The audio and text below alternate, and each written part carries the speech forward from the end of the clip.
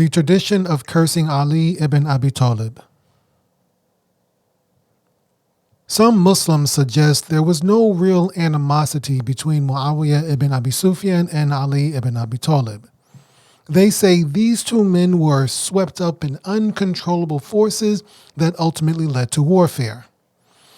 However, this hypothesis falls apart when we consider the Umayyad practice of cursing Ali ibn Abi Talib radiallahu anhu.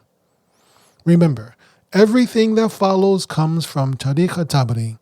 We must understand, when we're thinking about Tariq al-Tabari, we have to understand that much of his work was based on Shiite writing. Therefore, there's going to be some bias against the Umayyads. According to Tariq al-Tabari, this practice of cursing Ali began after Uthman's murder, when Muawiyyah would display the caliph's bloodied shirt during Friday services. At first, Muawiyyah only cursed those who killed Uthman without necessarily naming Ali specifically. But as the animosity intensified between Muawiyyah and Ali, he also began to include Ali in his cursing. After he became caliph, Muawiyyah continued this practice and even ordered his governors to curse Ali and Uthman's killers during every sermon or every khutbah. It is known, however, that some companions like Sa'ad ibn Abi Waqqas refused to curse Ali. So throughout much of the Umayyad era, the tradition of cursing Ali persisted. Umar ibn Abdulaziz was the 8th Umayyad Caliph and the great-grandson of Umar ibn al-Khattab, and he's often called the 5th righteous Caliph. The tradition of cursing Ali did not end until the Abbasids overthrew the Umayyads. Hujr ibn Adi. Hujr ibn Adi was a Muslim who lived during the time of Muawiyyah's Caliphate, who might have been a Sahaba who strongly disagreed with the Umayyad practice of cursing Ali radiallahu anhu. A Sahaba, or a companion of Prophet Muhammad, is any Muslim who saw the Prophet during his lifetime, during the Prophet's lifetime that is. The Tabi'een, or the followers, is the second generation of Muslims who followed the Sahaba. Most sources state that Hujr ibn Adi was a companion, but some also state that he may have been from amongst the Tabi'een. Allah knows best. What we do know about Hujr ibn Adi is that he was from the Kinda tribe of Central Arabia. He also fought for Caliph Abu Bakr radiallahu anhu during the Wars of Apostasy, and also for Caliph Umar ibn al-Khattab radiallahu anhu during the conquest of Persia. Hujr ibn Adi was one of the first soldiers to cross the Tigris River during the conquest of the Sassanid capital of Ctesiphon. When the civil war broke out, that is between Muawiyyah and Ali, when the civil war broke out, Hujr ibn Adi sided with Ali ibn Abi Talib and fought in the battles of the Camel and the Battle of Siffin. He was injured at Siffin, but he did recover and he joined Ali at the Battle of Nahrawan. When Muawiyyah occupied Kufa, Hujr ibn Adi was among several of Ali's companions who were considered untrustworthy. As such, he was forced to pray at the masjid every night. Now, Muawiyyah had good reason to be concerned. Hujr ibn Adi and many others felt the caliphate should have stayed within Ali's family. This marks the origin of the idea of a hereditary caliphate. Eventually, this would become a foundational principle of Shiite ideology. But at this time, it was all just politics. Hujr ibn Adi gave the bay'ah to Muawiyyah and did not participate in any rebellions after that. Hujr and others, however, used to shout at Mughira ibn Shu'bah, that is Muawiyyah's first governor of Kufa, whenever he cursed Ali. Mughira ibn Shu'bah refrained from retaliating against Hujr, which may have emboldened him even more. By the time Ziyad ibn Abihi became the governor of Kufa, Hujr had a following of about 30 men.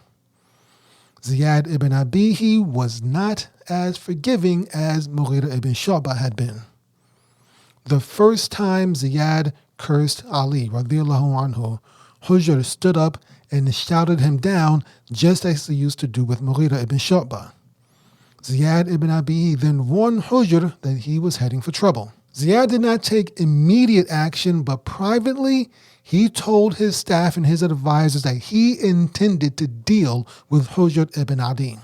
During one Friday Jumu'ah service, Ziyad was delivering a very long khutbah, a very long sermon. And it was so long that people began to be afraid that the time for prayer was going to run out. Hujr ibn Adi was in attendance and he was sitting in the audience and he was also getting impatient with Ziyad's speech. So finally, Hujr yelled out, "Salat," meaning the prayer. But Ziyad ignored him and just continued to speak. Again, Hujr yelled out, "As-salat," meaning the prayer. In a way, he was trying to remind Ziyad ibn Abihi that it's time to pray. But once again, Ziyad ignored him and didn't pay him any attention. Finally, Hujr ibn Adi grabbed a handful of dirt and pebbles, most likely meaning to throw it at Ziyad, and then he stood up and his companions followed him. This time, Ziyad reacted. He stopped talking, he glared at Hujr, and then he got down from the pulpit so he can go ahead and pray. After the prayer, Hujr went to the local market and Ziyad sent his police, his shurta, to arrest him. But when the police arrived at the market, Hujr's friends chased them away. The police reported back to Ziyad, who then called, I guess we would say, an emergency meeting for the elders of Kufa. Here's the quote of what Ziyad said to the elders. "O people of Kufa, why do you hurt with one hand, then comfort with the other? Your bodies are with me, but your hearts are with this obsessed, stupid, crazy Hujr ibn Adi. This is your fault." So then one of the chiefs replied, "God forbid, we want nothing to do with this man. What can we do to help?" And so Ziyad told them to go to their people, find anyone who supported Hujr, and force them to publicly denounce him. Then Ziyad sent his police back to the market with orders to beat anyone who tried to stop them this time around. The police returned to the market, this time brandishing clubs, and once again, Hujr's friends tried to intervene, but this time the shurta were ready. Chaos erupted in the market and the police were attacking Hujr's supporters. Hujr tried to help, but one of his own supporters, there was a young man named Umayyad, told him to leave and go hide among the people. Well, the police finally restored order at the market and then moved on to the neighborhood of Banu Kinda, that is Hujr's tribe. Some of Hujr's people tried to resist the police, but most of them were really too scared to get involved. So Hujr ibn Adi hid in a friend's house while the police swept through the neighborhood. Ziyad closes in. By the time nightfall came, Hujr was still hiding and Ziyad ibn Abihi was growing impatient. After the evening prayer, that is Salatul Isha, he rallied the entire city to join the manhunt for Hujr ibn Adi. The following day, the entire city of Kufa was looking for Hujr. One by one, his remaining supporters were arrested and taken into custody. Hujr somehow managed to stay one step ahead of the shurta. He moved from house to house, staying with one friend after another. He went from the Banu Kinda to the Banu Hut to the Banu Nakha to the Banu Azd. On one occasion, he even escaped through a hole in the wall in the back of a friend's house just as the police came crashing through the door. On another occasion, he put on a disguise and slipped past the shurta while he was riding a mule. And yet again, on another occasion, a woman hid him in her daughter's room while the police searched the house. But the truth is that Hujr was running out of places to hide, and he was also running out of time. He was alone, he was outnumbered, and he was on the run. And most of his supporters had been arrested or they had publicly abandoned him. Umayyad, that was the young man that had helped Hujr ibn Adi at the market, Umayyad was now in custody. Umayyad's family met with Ziyad at the government palace and promised that if he spared his blood, if Ziyad spared Umayyad's blood and property, that they would assist in the search for Hujr ibn Adi. Well, Ziyad agreed, and then he had Umayyad brought from the dungeon, and he ordered Umayyad to be bound in irons and heavy weights. So the family is looking around like, well, what's going on here? Well, Ziyad ordered his police to lift Umayyad over the heads, then he ordered them to drop him to the ground. And they kept doing this, lifting him up and then dropping him down over and over and over again. Umayyad's brother tried to intervene. He tried to stop them. He was saying that Ziyad had promised to spare his blood, and Ziyad replied, "He is not bleeding, and I haven't touched his wealth." So after punishing Umayyad for a while, Ziyad ordered the family to pay for the damages at the market, and they still had to assist with the search for Hujr ibn Adi. On the third day, Ziyad received a message that Hujr would turn himself in if he would guarantee safety and the right to be judged by Muawiyyah ibn Abi Sufyan, that is, the Caliph. Ziyad ibn Abihi accepted this offer. The dumpling. The following story may sound kind of strange, but it is narrated in Tariq al-Tabari. It takes place in Basra roughly 5 years before the events of Hujr ibn Adi. At this time, Ziyad ibn Abihi was the governor of Basra, but he had not yet been made the governor of Kufa. Hammam ibn Ghalib, also known as Farazdaq or the Dumpling, was a Bedouin child whose family had settled in Basra. One day, Hammam ibn Ghalib, or Farazdaq, we're going to call him Farazdaq going forward, went to the market to do some trading for his family. Remember, he's just a kid now. After he completed his business at the market, a strange man began to question Farazdaq about the money he had made that day. So Farazdaq was kind of concerned for his safety, like, why is a strange man asking me these strange questions? So he called out to the people of the market. So when a crowd had gathered around him, Farazdaq threw his money into the air and began taking off his clothes. I don't understand it, but this is in Tariq al-Tabari. Anyway, the crowd laughed and cheered and was urging him on, and the commotion attracted Ziyad's police. Remember, he is in Basra. Ziyad was the governor of Basra alone, so he still had his shurta and everything. As the police were pushing through the crowd to get to Farazdaq, someone grabbed Farazdaq, gave him a horse, and that allowed Farazdaq to escape. When Ziyad ibn Abihi found out, and when he found out that Farazdaq had escaped, he arrested Farazdaq's 2 elderly uncles instead. But Farazdaq's family managed to intervene and they negotiated their release. 4 years later, Farazdaq crossed Ziyad again. By this time, Farazdaq was a teenager and was just starting to develop the poetical skills that he would become known for. Farazdaq had composed a poem poking fun at 2 tribal elders. These tribal elders started feeling kind of salty about it, so they went and complained to Ziyad ibn Abihi. When Ziyad ibn Abihi realized that this was the same boy from the market all those years earlier, he sent his shurta to go and arrest Farazdaq. Farazdaq again went on the run, and throughout his entire exile, so to speak, or his entire time on the run, he composed poetry about his exploits. He sang and he made poets about the speedy camel he used to escape Basra. Here's one quote from that poem. "She moves like a male ostrich, whose female ostriches compete during the night." He also sang about the night that he spent hiding in a woman's house. "The daughter of Al-Marar desired me, but someone like me is not desired hiding under stairs. I prefer to meet you in the open market." He also sang about rumors that Ziyad might pardon him. "Ziyad summons me for the stipend, but I will not come to him as long as someone with noble lineage is giving away money." So this last one here was obviously a knock against Ziyad's unknown paternal lineage. Finally, Farazdaq's family, they suggested that he just leave Iraq altogether and go resettle in Arabia. So Farazdaq traveled to Medina, where the governor, a man named Sa'ad ibn Abil As, granted him refuge.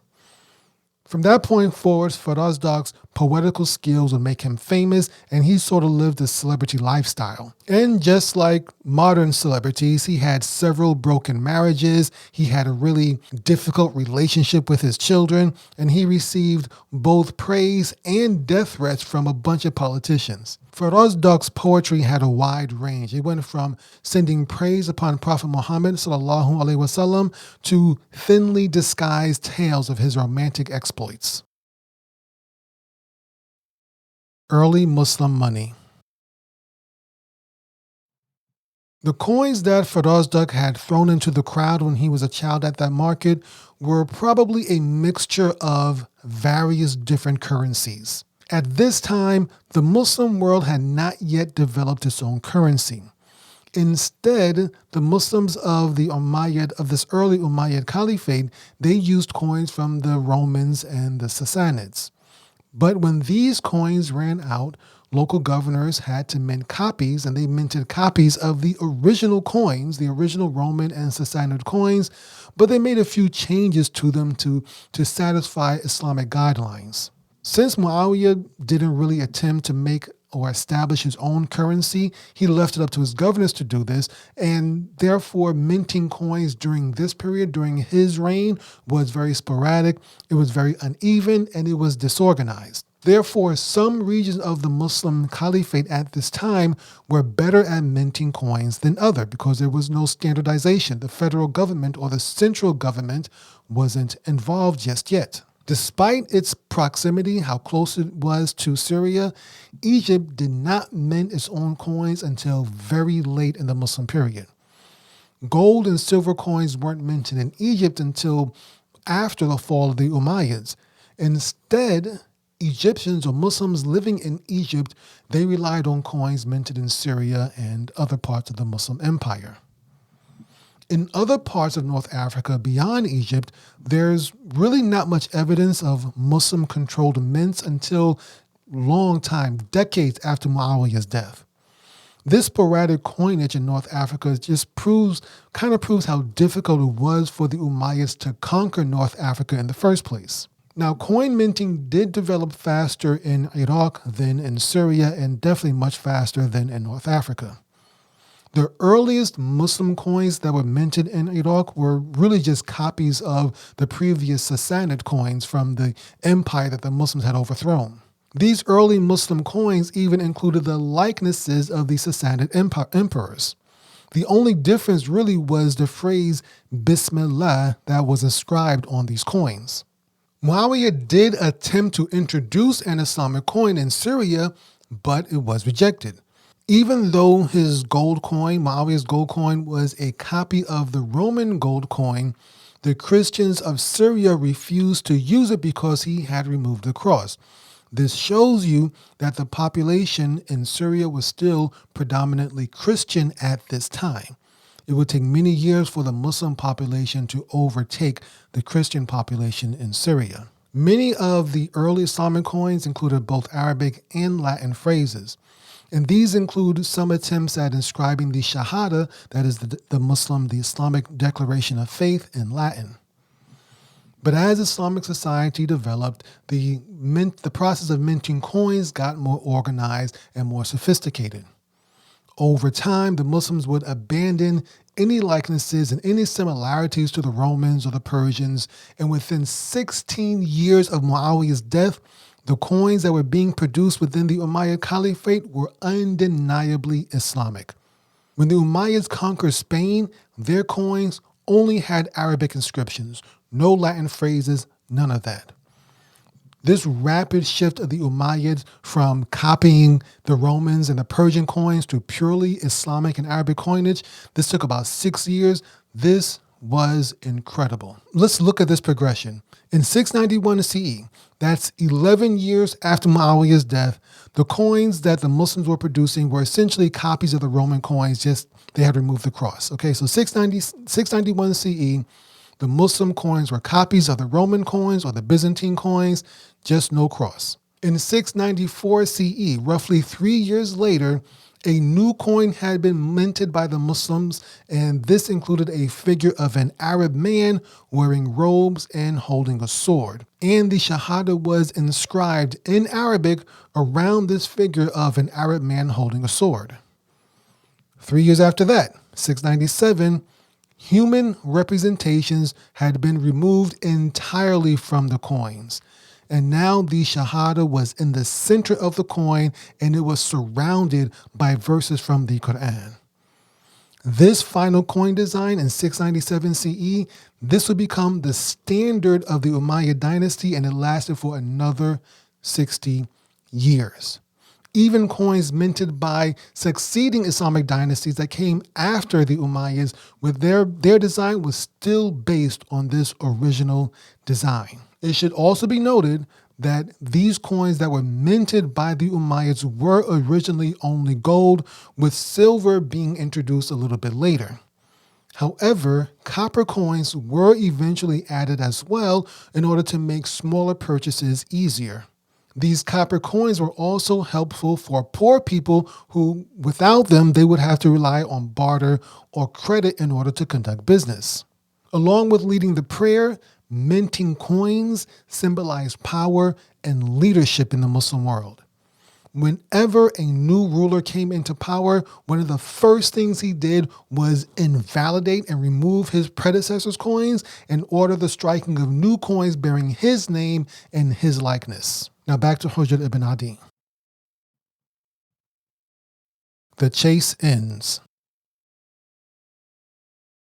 Hujr ibn Adi finally emerged from hiding, and he presented himself before Ziyad ibn Abihi at the governor's palace. Now listen to this conversation between Hujr ibn Adi and Ziyad ibn Abihi as it was recorded in Tariq al-Tabari. Ziyad: you bring war in times of war and war in times of peace. Hujr: no, I have not rebelled, nor have I renounced my pledge to Muawiyyah, nor turned against the state. Ziyad: oh, but you have, dear Hujr. You cut with one hand and console with the other. Allah has given you this great opportunity. You should not overlook it, because I will not. So now Ziyad ibn Abihi, he orders his shurta to put Hujr ibn Adi in chains, and as Hujr is being dragged away, he keeps yelling, I have not broken my pledge. I have not rebelled. I have not broken my pledge. I have not rebelled. He kept saying that over and over and over again. For the next 10 days, Ziyad ibn Abihi focused on hunting down the rest of Hujr's supporters and building a case against Hujr ibn Adi. The first part was pretty easy because with Hujr in custody, what little resistance remained just pretty much fell apart. His followers either turned themselves in or they were eventually captured. One of Hujr's supporters, named Amr ibn al-Hamik, escaped with a friend and headed for the mountains of Mosul, about 280 miles north. The governor of Mosul, however, got suspicious when he learned that there were two strange men hiding up in the mountains.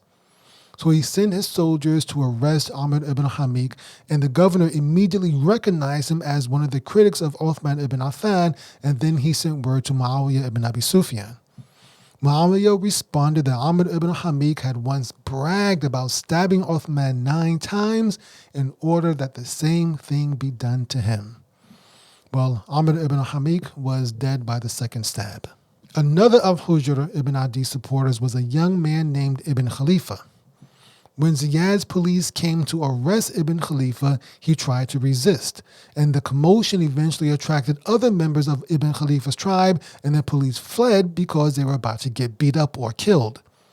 Ziyad ibn Abihi eventually negotiated with Ibn Khalifa's family, and they agreed that he would leave Kufa and never return. So altogether, Ziyad ibn Abihi arrested 12 of Hujr's supporters, including 2 of his sons. Ziyad's case against Hujr. When Ziyad first became governor of Kufa, he reorganized the army into 4 divisions, and each one had its own general. This was a departure from the previous system where the army was organized by tribe. Ziyad summoned each of these generals and had them sign a statement that he had drafted that outlined Hujr ibn Adi's crimes.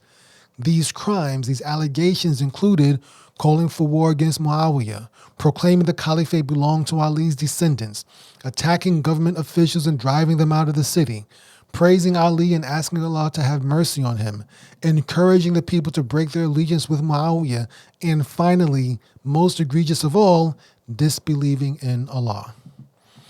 Ziyad didn't really think that the endorsement of his 4 generals was enough, so he called for the nobles and the elders and the leaders of Kufa to sign the document as well. To further boost the veracity of these charges against Hujr ibn Adi, he insisted that each man who signed must have a good reputation with a sound paternal lineage.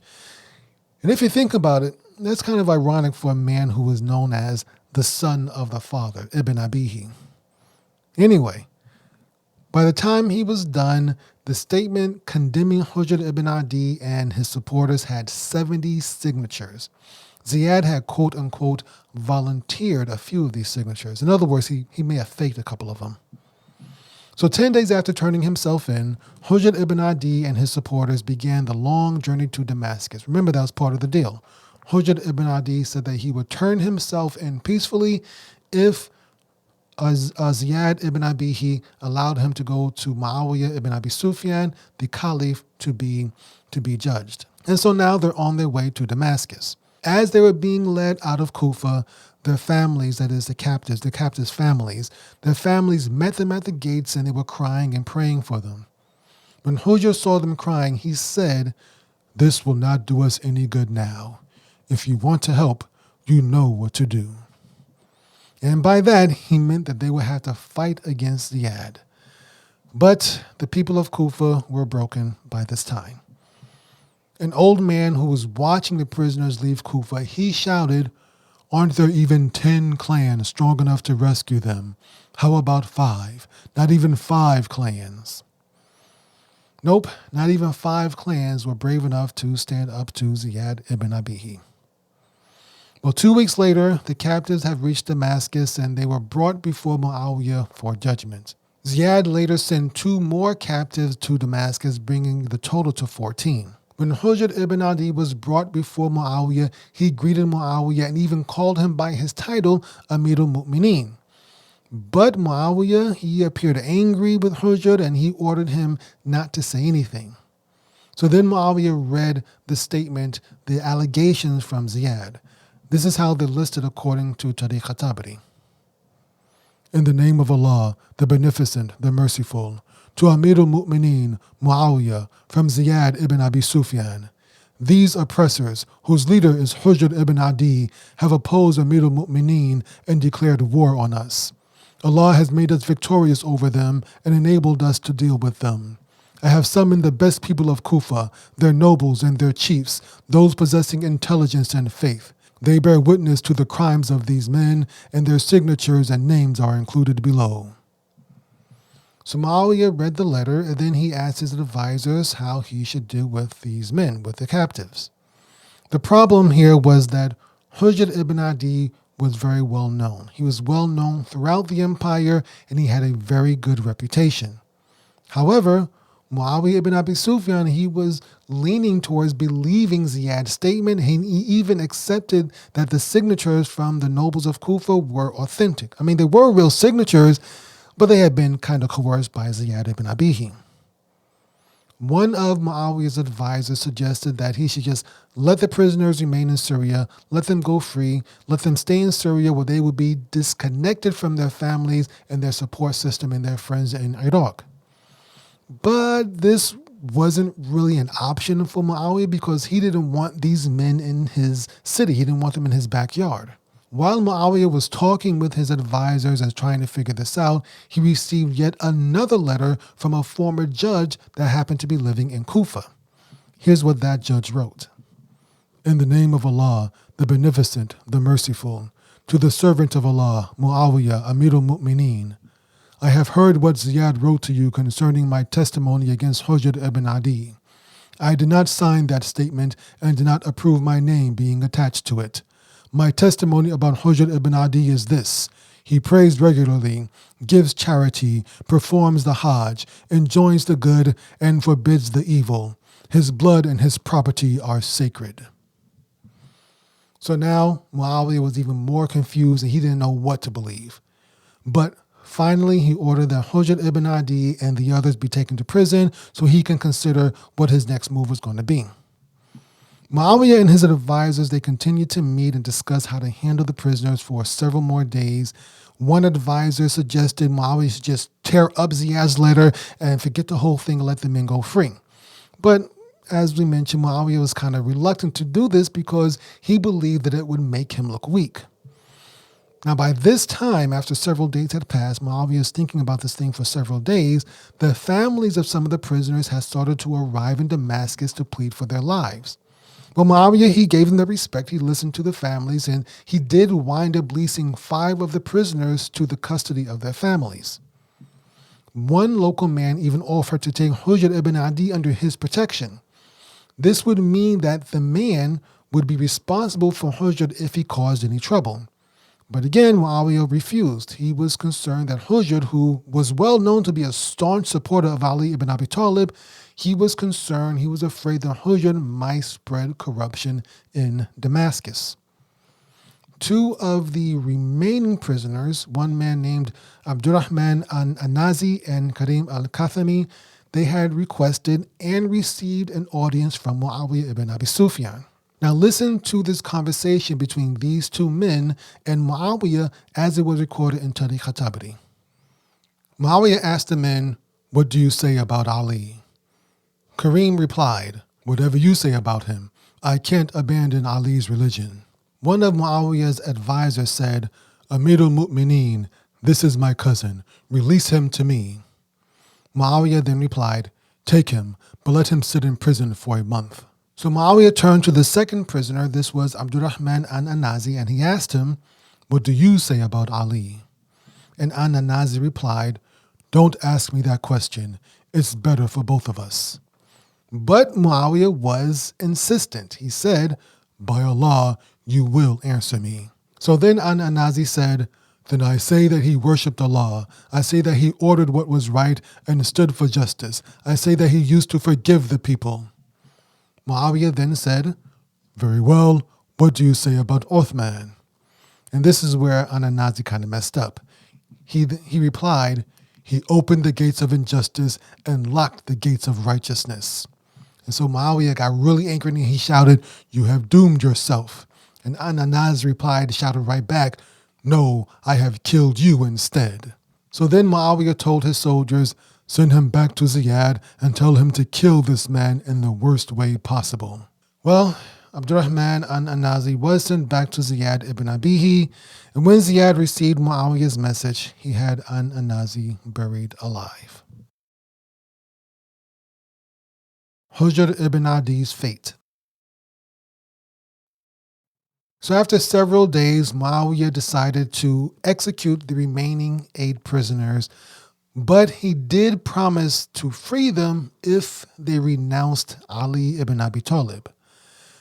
But none of them took that offer, and the executions went on to be carried out. One of the guards tried to convince Hujr ibn Adi that if he couldn't renounce Ali ibn Abi Talib, at least say something good about Uthman. If he could do that, he could probably convince Muawiyyah to let him go. But according to Tariq al-Tabari, Hujr refused and said, "He is the one who started all of this." So one by one, the guards got the prisoners and placed their heads on a stone, and then the executioner stepped forward and started chopping off their heads, and he was a skilled executioner, chopped the heads off with one blow. Finally, it was Hujr ibn Adi's turn for execution. And the guard, he once again tried to convince Hujr to save himself by just denouncing Ali, but Hujr replied, "I honor him and I curse those who denounce him." So he was essentially cursing the Umayyads and Muawiyyah. So right before they were about to execute him, Hujr ibn Adi asked if he could make wudu and then make 2 rakats, or that's 2 units of prayer if you're not Muslim. When he was finished with his prayer, Hujr said, "I would pray more, but you might think I was afraid of death." So the guard, they placed Hujr's head back on the stone, and when he was putting Hujr's head on the stone, he noticed that Hujr was shaking. And the guard tried to tell him one more time, trying to save Hujr ibn Adi. He told Hujr, "You're trembling. Just say the words and I'll let you go." But Hujr still wouldn't take the offer. Instead, he said, "Of course I'm trembling. I see my grave, my burial shroud, and your sword. I am afraid, but more afraid of my Lord's wrath." And with that, the executioner carried out the sentence and took off Hujr's head. Epilogue. After his execution, Hujr's grave became a pilgrimage site for Shiite Muslims. Eventually, a shrine and a mosque, a masjid, was built around Hujr's grave. On May 2nd, 2013, during the height of the Syrian civil war, the shrine over Hujr's burial place was destroyed and his body was exhumed. There was a Facebook posting showing an empty pit where the grave used to be. A rebel group that called itself the Free Syrian Army supposedly claimed responsibility for the desecration of Hujr's grave. However, it is not clear if this is true. As of today, the location of Hujr ibn Adi's body, the location of his remains, is still unknown. In the next episode, we will discuss the Umayyad conquest of North Africa and Muawiyyah's decision to choose his son as his successor. But until then, Assalamu alaikum wa rahmatullahi wa barakatuhu.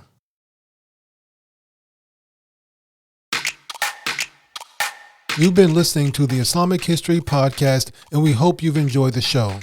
You can support the Islamic History Podcast and get exclusive content by subscribing to our premium channel, Islamic History Exclusive. If you're listening on YouTube, just click the join button to become a member. If you're an Apple or Spotify user, open the app and search for Islamic History Exclusive. If you're listening on Podbean, become a patron in the app and you'll get access to our premium content. You can also join by visiting patreon.com/Islamic History. I'd also like to thank Brother Zulfikar Sarosh for his research and support of the show, and thanks to all of our premium subscribers. Be sure to join the Islamic History Podcast Telegram group where you can download a copy of today's transcript. And finally, subscribe to the Islamic History Podcast on YouTube for our video documentaries. Stay tuned for a short clip from our series on Salahuddin al-Ayyubi. And until next time, my name is Muttaqi Ismail for the Islamic History Podcast. Assalamu alaikum wa rahmatullahi wa barakatuhu.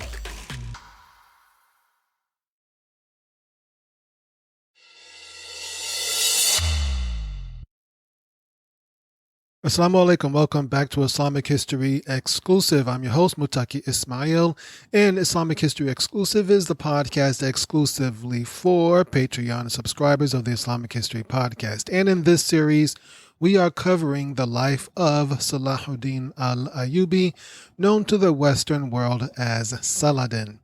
And we are currently discussing the Crusader conquest of Jerusalem. So before we get into it, let's go through a quick recap of the last episode. Where we are right now, the Crusaders have begun their invasion of the Middle East, which actually began in November 1096. They captured the city of Nicaea, which is in modern-day Turkey, in May 1097. But after capturing it, according to the agreement that they had with the Byzantine Emperor, they turned it over to the Byzantine Empire, which of course is the Eastern Roman Empire. From Nicaea, the Crusaders continued south and eventually began a siege of the city of Antioch, which at this time was also in Muslim hands. They began the siege of Antioch in October 1097. And they finally captured the city of Antioch in August 1098, almost a year later. Right after they managed to capture the city, a Muslim counterattack came through to try to drive the Crusaders out of Antioch.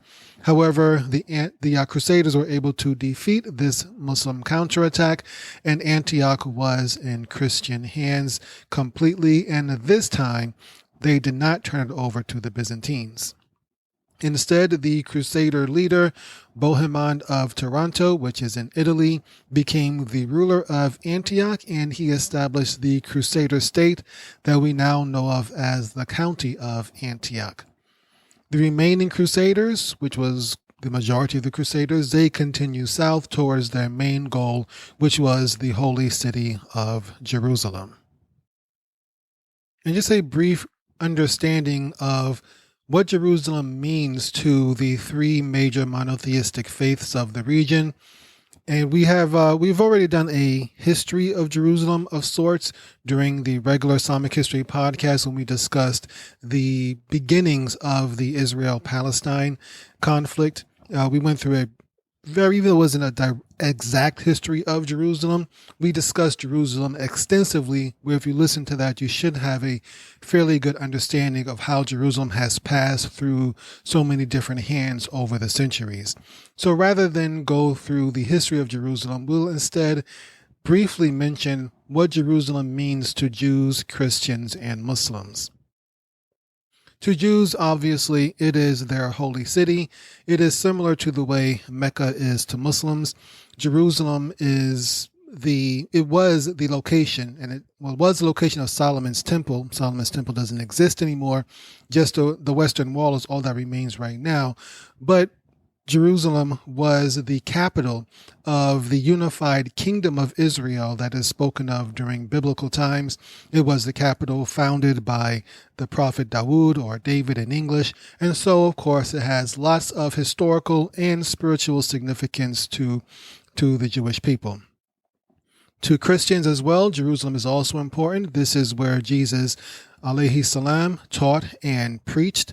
And this is also according to Christian beliefs, where Christians believe that Jesus was crucified and where he was also resurrected. For Muslims, Jerusalem it is considered one of the three holy cities in Islam, but it is not at the level of Mecca or Medina, but it is still important both religiously and historically. Religiously, Jerusalem is where Prophet Muhammad sallallahu alaihi wasallam, where he ascended to the heavens during his night journey. In Arabic, that is called al-Isra wal-Mi'raj. Well, let me change that. Al-Isra is the journey, which is, man, didn't mean to go into this direction, but Al-Isra wal-Mi'raj is actually two different events. We combine them into one. As Muslims generally, Al-Isra is the night journey. That is the journey the Prophet sallallahu alaihi wasallam took from Mecca to Jerusalem. And once in Jerusalem, he then ascended to the heavens, and that ascension is what is known as Al-Mi'raj.